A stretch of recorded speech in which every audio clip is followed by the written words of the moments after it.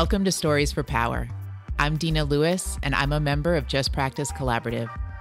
Stories for Power is an oral history project produced by Just Practice Collaborative and Creative Interventions. It explores the political lineage and historical experiments that gave way to this wave of transformative justice, community accountability, and prison abolition. In each episode of Stories for Power, we speak with activists and organizers from different cities who were and continue to be at the forefront of feminist abolitionist praxis. They talked about the bold experiments and interventions they were a part of in the early 2000s through 2010, and how their work informed abolitionist, transformative justice, and community accountability organizing today. Don't worry, if any terms or words have you confused, we will do our best to link to resources in the show notes, and you can always go back to listen to the special introduction episode for more context. In this episode, you will hear from three inspiring abolitionist feminists: Theryn Kigvamasudvashti, Kiyomi Fujikawa, and Shannon Perez-Darby. We will talk about the courageous and radical work they were a part of in Seattle before the early 2000s and 2010. Have you facilitated a process using community accountability tools or strategies? We want to hear your stories. Creative Interventions and Just Practice Collaborative want to share new stories from people who are taking action to end interpersonal violence without the use of police or carceral systems. Find the link in our show notes to learn more. A note for our listeners: we will be discussing violence, including police violence, intimate partner violence, and community violence. We encourage you to take care of yourself, and we understand that taking care of yourself can also look like not listening to this podcast until you're ready. Now let me introduce our guests. They have amazing and extensive experiences and knowledge. I'll do my best to summarize. We have linked their full bios in the show notes. You can also learn more on our website, storiesforpower.org. Theryn Kigvamasudvashti is a community organizer, activist, facilitator, and adjunct instructor living in Seattle, Washington. Theryn has been working in the anti-violence and reproductive justice movements for over 20 years. Formerly a co-executive director at Communities Against Rape and Abuse, also known as CARA, Theryn continues to support survivors of state and interpersonal violence. I transplanted to Seattle from Colorado, actually, in September 95. And I was drawn to CARA, Communities Against Rape and Abuse, because I was participating in these conversations with a new group called the African American Task Force Against Domestic Violence, which then became the African American Task Force Against Domestic Violence and Sexual Assault. But it was in those meetings that I met Elisa Bierria. And Elisa Bierria and Eliachi Camaro kind of cornered me after a meeting and said, "You need to apply to CARA." And I was like, no, I'm good with the enslavement master that I currently have. And they were like, "No, you don't understand. You come on to CARA and you can build your own program, because we're trying to do things very differently. We're trying to look at communities, marginalized communities, that experience sexual assault disproportionately to the dominant, culture. We are trying to think of ways to create safety without relying on law enforcement." And I was like, wow, okay. So I actually interviewed with those two and then was hired. And I happened to have been the last person hired for that organization before they even had their space. So I feel super honored and blessed to see the inception of that organization. And then while there, we began to have conversations with other groups in the country that were talking about abolition or whose focus of activism overlapped with ours. And that is when we started building relationships with organizations like Insight Women of Color Against Violence, Critical Resistance, the Committee on Women, Population, and the Environment. There was also Sister Sister New York, Sister Song in Atlanta. It felt like there was a lot going on at the time to really study the intersections of these issues and the common need to create accountability outside of mainstream systems of accountability, because so many survivors that we were representing, we were in community with, had experienced some form of enforcement violence, whether that enforcement took place in immigration detention centers or prisons within the United States, people's interaction with law enforcement itself, also people's interaction with the medical industrial complex. So really trying to think differently about how survivors experience living, being a survivor, but how can we draw on that same community to create safety? So that was my work, and I absolutely love it, and I still do work today that's very much connected to it. I was not in the organization when folks decided that the best thing to do was to release CARA. I still have mad love for all of it, Kiyomi Fujikawa got involved in movements to end intimate partner violence and rape in 2001. She moved to Seattle in 2005 and was involved with the Asian Pacific Islander Women and Family Safety Center, later known as API Chaya. She was also involved in For Crying Out Loud and other projects. Hi, everyone. My name's Kiyomi Fujikawa. I moved to Seattle actually in 2005 after doing a lot of student organizing around ending rape and sexual violence. And I would say what I took away from that was really like a need for something like transformative justice or community accountability, but not really any practice. And in 2005, I was working at what then was the API Women and Family Safety Center, now API Chaya. And I remember just actually a few weeks in seeing a training that Xandra Ibarra did talking about sort of the work that CARA had been doing. And I remember being in that training with a mix of folks, some of whom like worked for the prosecutor's office or just like, other places. And it was a pretty difficult workshop, I think, for folks just like for the room to receive. But I remember just kind of seeing a different possibility there. And then I also was involved with a group, maybe this was 2008 or so, called For Crying Out Loud, that was working in punk communities around ending rape and intimate partner violence that just sort of sprung out of some things that went down in community. And I remember hearing from so many different folks that had been a part of CARA in different formations. I remember, just to get a sense of that time, really trying to get our hands on anything we could. There was a piece that CARA had written that we came back to a lot. I remember some of the stop stories were starting to be shared. It was a pretty small network, but going to things like Critical Resistance 10 and just other moments like that being really big ones where I felt like I was able to find some community or other folks that were kind of thinking about this. So yeah, just sort of felt like there were a lot of seeds planted. Shannon Perez-Darby is a founding member of the Accountable Communities Consortium. In her work, Shannon centers queer and trans communities of color while working to address issues of domestic and sexual violence, accountability, and abolition. I'm Shannon Perez-Darby. My background is very similar to Kiyomi's. I started organizing, doing campus organizing with an organization at the time called Stop Hate on Campus, SHOC, which was a very hokey name for actually pretty cool things, which was like we were a bunch of queer punks and we got like $30,000 from the university to just do whatever we wanted with. And so we did a lot of organizing, a lot of getting that money to community folks through people in the offices who like knew how to help us get that money to folks. My very first time sort of doing work in the anti-violence kind of world, like working directly with folks who were experiencing violence in an organized way, was with an organization, the Colorado Anti-Violence Project, which doesn't exist anymore. And then in 2007, I moved to Seattle to work at the Northwest Network of LGBT Survivors of Abuse.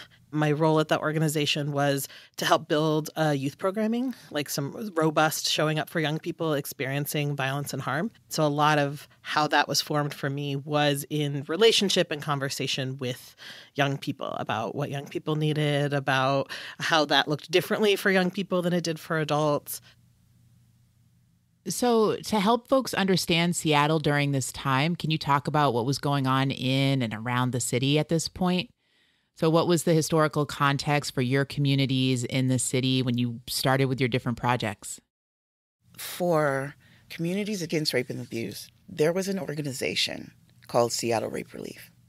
And Seattle Rape Relief had a hotline, had legal services, had in-house therapy, did workshops all around the city about sexual assault. One day, those volunteers who staffed the sexual assault hotline were locked out. So then that began to play on the news locally. And so as folks tried to figure out why the doors were locked, how can they get the hotline going, knowing that there were people, especially marginalized people, who were not getting services as a result of the closure of the organization, they decided that maybe the best thing to do is to just let that organization die and create a new one. I don't know that I want to get too much into why Seattle Rape Relief died, but my son's godmother, who's Elisa Bieria, always said that CARA was the phoenix that rose from the ashes of Seattle Rape Relief. And when they came together, they wanted to serve communities that had not been fully served by Seattle Rape Relief before that time. And the communities that they decided on initially were the disability community, young people, and African Americans. There was consistent enforcement violence against Black communities. There was violence against immigrant and refugees. We all knew that whether or not we had this money, we had to continue to support the communities that relied on our services. I think still all the time about the reverberations of the history that Theryn just shared. So the history of particularly how the domestic violence work and the sexual violence work in Seattle has been in relationship to each other and diverged. A thing about Seattle is that it is very white. It is sort of famously passive-aggressive. It's also famously decentralized. So it has these neighborhoods that have their own characteristics, which is not unheard of or unfamiliar to many big cities. But I think the decentralization of Seattle feels unique to me for other cities of its size. One thing you can see is we are one of the only sort of major metropolitan areas without a centralized LGBTQ center. So you'll see that in Chicago or LA or New York. We don't have that kind of equivalent here. And so in the absence of a lot of centralized supports, what has happened is that we have developed lots of hyper-specific and hyper-community-specified, culturally specific orgs. So where you don't have an LGBTQ center, you have 5 anti-violence organizations that all center queer and trans people. And the decentralization of that has actually meant we get to have really robust ports for very specific communities. So we think about the National Domestic Violence Hotline is based out of Seattle. We have API Chaya as a leader in supporting Asian Pacific Islander survivors based here. We have the founding of the Northwest Network of LGBT Survivors of Abuse, well known for supporting queer and trans survivors based here. And so I think there is something to be said about how that decentralization has allowed for this thriving kind of small mid organization focusing on particular communities. And that's a strength of Seattle. And so particularly in our domestic violence supports, you do see a robust network of these like smaller culturally specific organizations that grow and that some go away, some new ones are formed. You do not see that in a parallel way around our sexual violence supports. Bring that back to the history that Theryn was sharing, which is that when Seattle Rape Relief closed, what happened was that one organization sucked up all the sexual violence resources in the area and is still dominant today. And so because of lots of policy things, that's probably too wonky for a podcast, it has made it not possible for folks to actually compete for that funding. So you have this really interesting set of scenarios where you have robust, culturally specific domestic violence and sort of like anti-violence broad umbrella programs, but you have this one dominant white-led sexual violence organization that monopolized all the resources in the closing of Seattle Rape Relief and in CARA and other iterations of things people tried to start. I do think there's things about that are unique to Seattle and the landscape of what you see today. For me, the number one thing that I think about when I think about those times is right after the WTO, there had been some movement around activism, but really what I remember is just intense gentrification happening. There was just such a change happening in terms of the neighborhood, in terms of space, in terms of just like how folks had time for projects in different ways. And just to add in terms of the change that Seattle was going through, how folks were getting pushed out of their neighborhoods, and where maybe neighborhood-based responses had been really strong, it was actually increasingly difficult as we were kind of getting spread out. One other thing I might add, in terms of some of the communities that I was a part of, I remember just the murder of Mia Zapata as someone who was a community figure folks really knew, who was, violently murdered. And the response that came out of that was like, Home Alive as an organization working on really politicized self-defense and, self-defense skills that actually center like, what are all of our tools, and not just like, how do we beat somebody up, but like, how are we actually creating safety for ourselves? So while that organization is gone, I haven't ever seen another organization kind of center the ways of doing self-defense that isn't just like learning a martial art, but really thinking about how we're constantly setting boundaries, constantly keeping ourselves safe, and putting that in a context of what safety even means. A lot of the work that Home Alive was doing back in the day is like skilling up work that I hear a lot of people interested in transformative justice asking for now. And Home Alive was doing that 20 plus years ago. And when they closed, nothing else came to like fill in the space that left. Like someone was just asking me like for a de-escalation kind of skills training. And I was like, yeah, Home Alive would have done that. And I actually don't have that for you. I don't know who to send you to do that. And just thinking about like so much of what folks are asking for now, like there was a time where folks were doing skill building, like just heavily like skilling up communities with each other, like with these deep feminists. And I think like abolitionists, I don't think those were the words people were using at the time. I don't remember anyone calling it abolitionist, but with abolitionist values in there. For sure. Skilling up is absolutely necessary. So much of the work can get complicated and people need different skills to address the issues that pop up. With that said, what are some memorable successes from your work? I think in the spirit of 1 million experiments, some of the things that I think about as most successful is our opportunities to experiment together and to try things out. Seattle is a small, big city. It's thought of as like a major metropolitan area, but there's a lot of things about it that have a smaller city feel or like a mid-sized city feel. And I think because of that, for me, it felt like it gave me a lot of permission to experiment. I'm thinking about a series that Kiyomi and I and others got to collaborate on, Girl, We Got You, in who knows what year. And just thinking that we were able to like be in community with folks, and folks are like, well, we need this. And we're like, all right, well, let's try doing that. Without going into lots of detail, like one of the motivations for trying that collaboration together, which was fundamentally about skilling people up. So folks were saying like, hey, we know about transformative justice, community accountability work, and we need skills. Like we need help thinking about what are the tasks or the actions or the skills we need. And the motivation for that was a group of survivors who had all experienced harm from the same person, saying like, we need our communities to be more skillful to help us. We need our communities to have skills they do not have. Like, what do you got? And one of the things I remember about that is like almost right away it sold out, right? Or like we maxed out the space in the room that we had, like, and that folks were really hungry to skill up. And, it didn't become like a ongoing series that exists today, but it was the opportunity to like have a thing pop up to say like, let's pull together what we have. Let's be responsive to like specific requests and to this general need. And then see what we learn. And then that sort of like incubates or it like spreads into these other projects or to these other things. For me is like the opportunity to experiment feels like the success.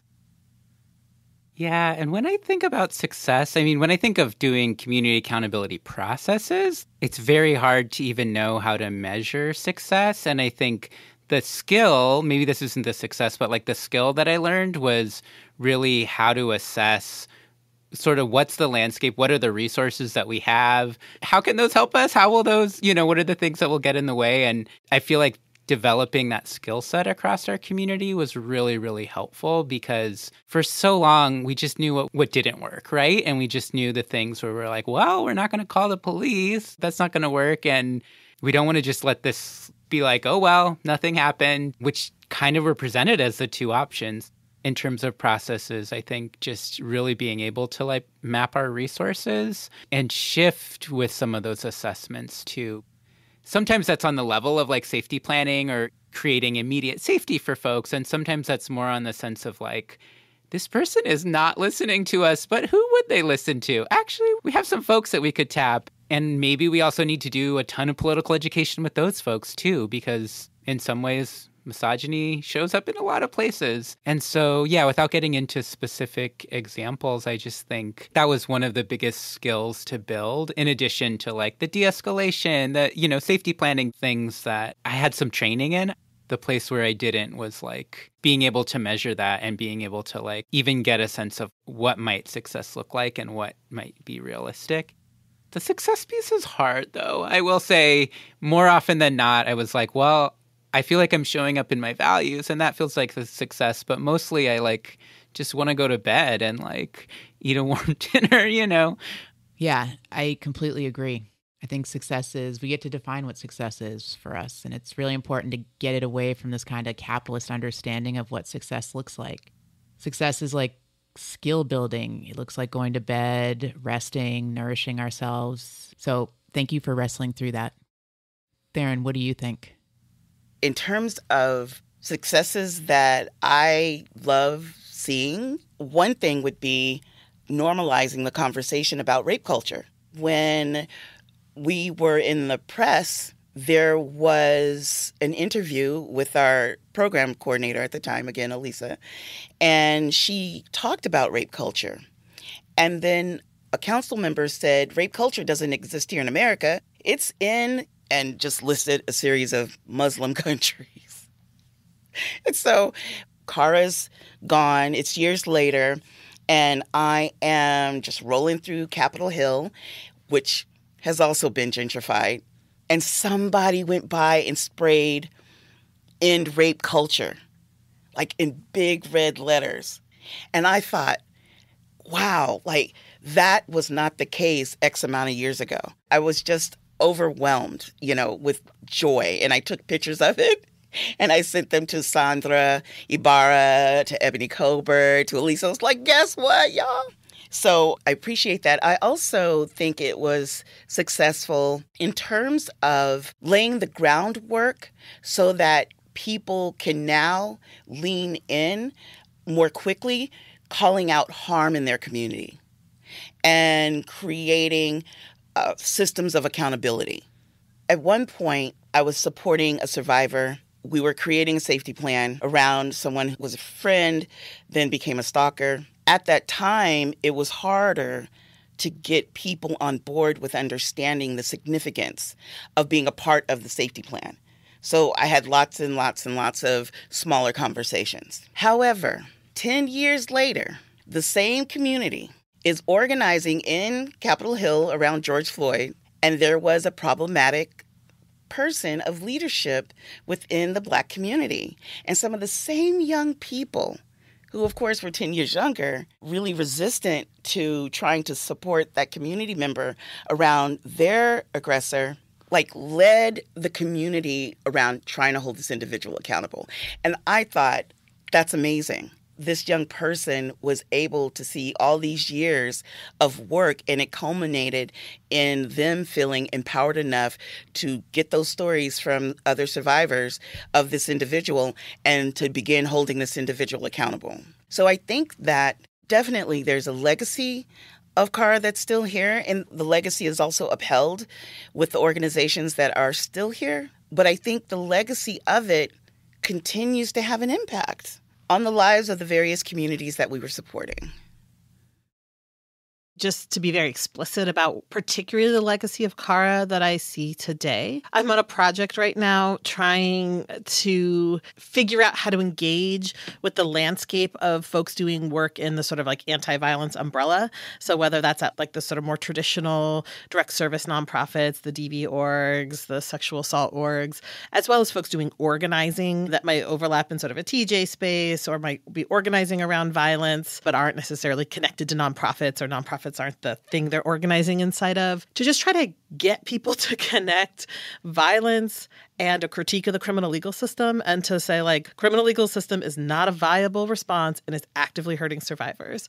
And I cannot get the like white-led nonprofits to do any kind of public conversation about that still to this day. And I think that CARA holding that down and CARA setting that example and CARA modeling what it was to be able to have that at the front is such an important model. I do think it seeded organizations we see today like Collective Justice, like many of the folks who are, I think that same thing like Phoenix from the Ashes are like, see that gap. There's probably a gift that those white-led nonprofits haven't tried, because like in the gap of nothing, like of just silence, it actually has made some spaciousness to have folks like really build something, because they're not now in competition with those nonprofits' resources, because those nonprofits are they're just not saying anything about the criminal legal system in any critical way. Being able to like look at the legacy that CARA set up and left, I think is so powerful for what I really think as like this emerging crew of anti-violence folks and like TJ folks in Seattle that are really like picking up that political analysis matched with showing up inside your communities that CARA modeled for us so beautifully. Absolutely. I would echo that so much. And I remember doing like a TJ Transformative Justice Study Group in like probably 2010, somewhere around there, just with like a group of folks that seemed interested, that maybe had gone to the Allied Media Conference or the U.S. Social Forum, or there was some like conference that folks were coming back from, and there was some appetite for discussion. And I remember we had a long conversation about just how much Seattle has been impacted by CARA's work, even just the framework for folks to say community accountability and have an idea of what that means because of that. When I think of successes too, I remember talking with one of the founding moms of the API Women and Family Safety Center about transformative justice. And she was a little bit like, what's this new word? I was a very young person, and she's a little bit like, I've seen everything under the sun. What could you show me? Which maybe was just my interpretation. But I remember sharing Insight had created this like community accountability. It looks like a clover. There's like 4 little circles that talk about the different work. And I was sharing that. And she was like, in the Filipino community, we do that. Here are the ways that we do that. Here are the ways that we're showing up. And so also, I think sometimes people are like, oh, it's a new framework. And it is. There's important language and important political alignment that comes with it, but also helping some of the like aunties of our community be like, oh, I am doing this work. Actually, I'm a part of it too. And I think having CARA as like a backdrop for them to know about that work too, I think has been really, really huge. You're providing so much context, practical skills, and history for folks. I really appreciate it. And as we know, with success, skill building, and experimentation comes challenges, our learning edges. What are some of the challenges that stick out to you? While there was a legacy, and there actually were quite a few folks I could call, or like folks that had been a part of different community accountability processes. And largely, we were just experimenting, trying it out for ourselves. And for me, I felt like that came from a very DIY ethos. But I think a challenge I ran into immediately was like with the crew of folks I was working with, we also had to reassess what our own boundaries were. You know, there was a level of buying into like, cool, I am down for this as a political project. This makes sense. I support abolition, so I should be able to do these things. And I remember one person was a survivor, and they weren't a survivor from the person that we were doing the process with, but were a survivor more generally. A couple meetings in, they were like, actually, I can't do this. There was a moment of just like learning for ourselves what was possible, both in the expansive way of like, oh my gosh, so much is possible, and also in the ways of like, no, this part isn't for me. I actually want to protect some of myself from this. I think it's so important to not hide the ball about why I'm here, like to just be really transparent about like, why do I spend most of my waking hours talking to people about violence and about relationships and about how to be in a relationship with each other? And for me, it's because that's what I need for my own life. I found myself here because I had a situation in my life where I could not figure out how to be in right relationship with someone who I shared community with. And I tried everything in my power to figure out how to do that. and could not, was not successful. My solution was to move to Seattle. That was the solution that I came up for that. And in some ways, I have spent the last 17 years trying to figure out the solution to that challenge, to say, what could have been possible for me, for that other person, for our communities in that situation. When I reflect on that, the challenges that were true at the time are much of the same challenges that are true right now. I have grown and changed as a person. I am differently resourced. I'm in a different context. So today I would handle that situation differently. But the broader context that held us actually isn't that different. So part of the context for me at that time was that I made $7 an hour. And it was really hard to make a lot of choices about my days while I was making $7 an hour. And that I didn't have stable housing, and that the chaos of addiction around me and that person, those were the conditions under which that hard situation happened. And we have not solved any of those conditions in the world in the last 17 years. So as much as those conditions still exist, I do believe so deeply in fractal work of practicing being in relationship to each other is how we're going to make the building blocks of the world we want. And there's only so much a right relationship I can be with folks without changing the other conditions under which we exist. And so for me, that is part of the challenge, which is that it's still hard to be with people.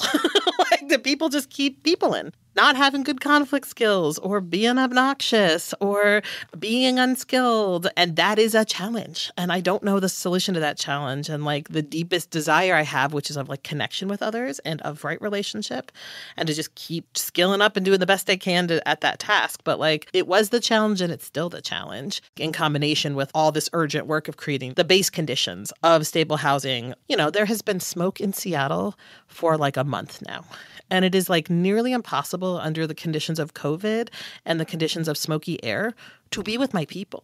So a climate solution that involves not having smoke constantly in my life, the amount of my daily decisions that are impacted by smoke, that would make it easier to be in relationship with people. So when we really talk real talk about the larger conditions, that's an important part. And I don't know if we've made a lot of progress on that, honestly. And so that challenge remains. I had to remind myself that it was the smoke as I was trying to breathe last night. And I was like, why do I need my emergency inhaler? What did I do? I'm just saying that resonates with me, and you're spot on about how it is impacting how we move.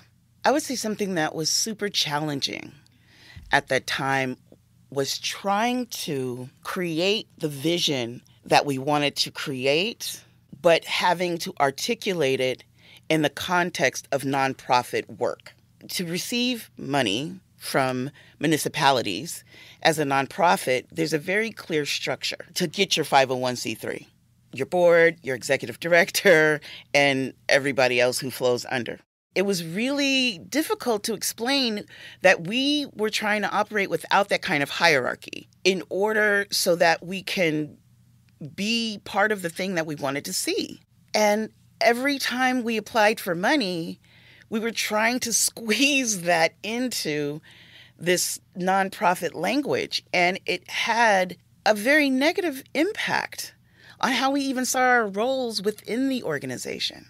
That was super challenging. And even though I do work for another nonprofit, an arts nonprofit located in the Central District, I don't know that that's changed very much. I would say that the nonprofit that I work for currently has a structure where it's based on this notion of concentric circles. And there are roles that people play within those circles. And that's the closest I've seen to another way of thinking about how an organization with the need for a 501c3 tax classification can receive funding. When at the end of the day, you really just want to say, look, trust us, give us the money, we'll put it into our community, and we'll tell you how it goes. You know what I'm saying? The other thing that I found really challenging was making the argument for qualitative information over quantitative information.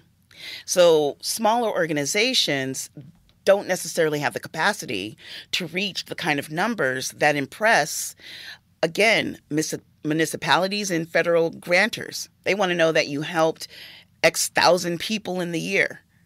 But when you're in the smaller organizations, that long-term relationship building, creating trust, establishing trust, building that out, and having credibility enough to move things, to move conversations, to create safety, all of that. And that is not something that can be measured on a quantitative scale. That is very qualitative. And so then we started having conversations about outcomes, and that was another place where the frustration about the different methods of understanding how you're having an impact was negatively impacting our organization, because people wanted outcomes that looked like 20 families were served, not 4 families were served really deeply, or the impact on the next generation or the children of that family looks like this. Just in terms of trying to do the work within the context of institutions. And also recognizing that because of systemic racism and systemic homophobia and systemic ableism and ageism, our society is based on these systems that have proven over and over again are not necessarily the thing that works for our people. And so also trying to have that conversation. Not only do we deserve to turn to our community and build our community, but we also deserve not having to explain this every single time we sit down with you. For me, the short time that I got to be a director at CARA, that kind of stuff just made me think, I never want to do this work again. Thanks for that, Theryn. I also want to talk about Seattle Rape Relief and how when it closed, it left a vacuum, as you mentioned, and how CARA was able to fill that vacuum in part because of the innovative perspectives that were rooted in communities of color. Can you talk a little bit more about the political conditions in Seattle at that time? I would say that politically it was not hostile. Then it became more politically hostile. It became more hostile because there were organizations that did not like the fact that CARA got $250,000. And these organizations were mainstream organizations led by white women. And it was so strange. They built relationships, or they had relationships with different council people and tried to undermine our work by having private conversations with those different council people. And so at that point, it became really difficult for me to focus on that and do my job well. I did ultimately have to sit down with some of those people who were not fans of ours to either do coalition work with or to try to get to know so that they would be more friendly towards our mission. Unfortunately, CARA did not survive that period, but the organizations that did are still around and still use the work that we all created at the same time. I'm sorry that CARA closed, but CARA's legacy lives on, and thankfully we have a number of new people coming up in this work. What do you want new organizers to know about how to do this work? I want people to know to pace themselves. I had to learn some really hard lessons about the cost of overworking, the cost of never stopping, the cost of the hypervigilance of doing anti-violence work for 20 years. And the cost on my body and on my health has been really high. And I wish I had known how to do it differently. And I wish I had known how to go slower. And I wish I had known how to do less, because it was felt so urgent. And so I brought urgency for a really long time until my body literally said, you cannot do this anymore. Like, you will die. You cannot do this anymore.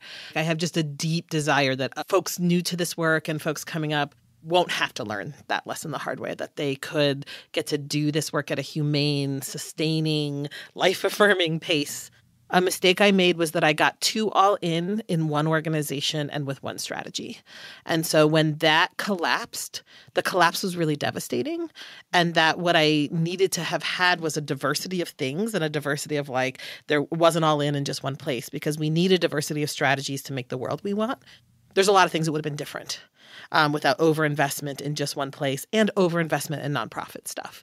Capitalism is complicated, and it's hard to know how to make money inside capitalism to meet your needs. But like being really thoughtful about our engagement with nonprofits, getting creative about how we think about leadership and how do we think about rotation of leadership so we stop having these entrenched folks, but we actually like keep it moving with like a deep bench of a lot of leaders. The abbreviated list of things I would love the next crew to know. This is what I want for young organizers. Don't lose your optimism. Make a long-term plan for your health because you will age. Invest in a 401c. Like, invest in the possibility that you may really grow old and need a retirement. I would say that to young people because that's practical. And as I'm aging, I'm realizing I've spent my entire adulthood working for nonprofits that weren't wealthy. I would also say breathe. We get so hyped about, especially when we're young, about like, this is going to change. I'm going to affect this change. This is going to happen.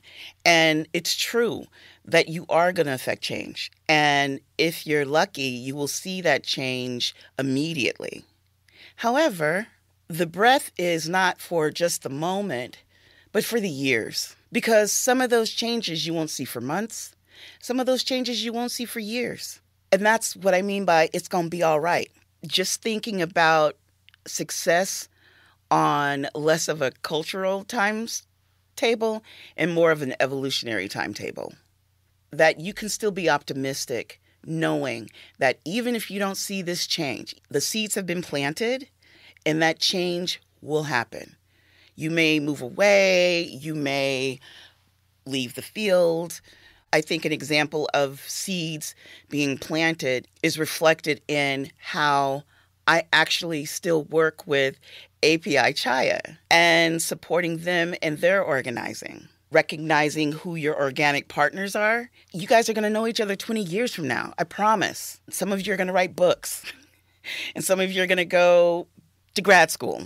Some of you may even become an anesthetician, like my former coworker, who said the only nonprofit work, the only thing she's going to give is free facials to women in prison.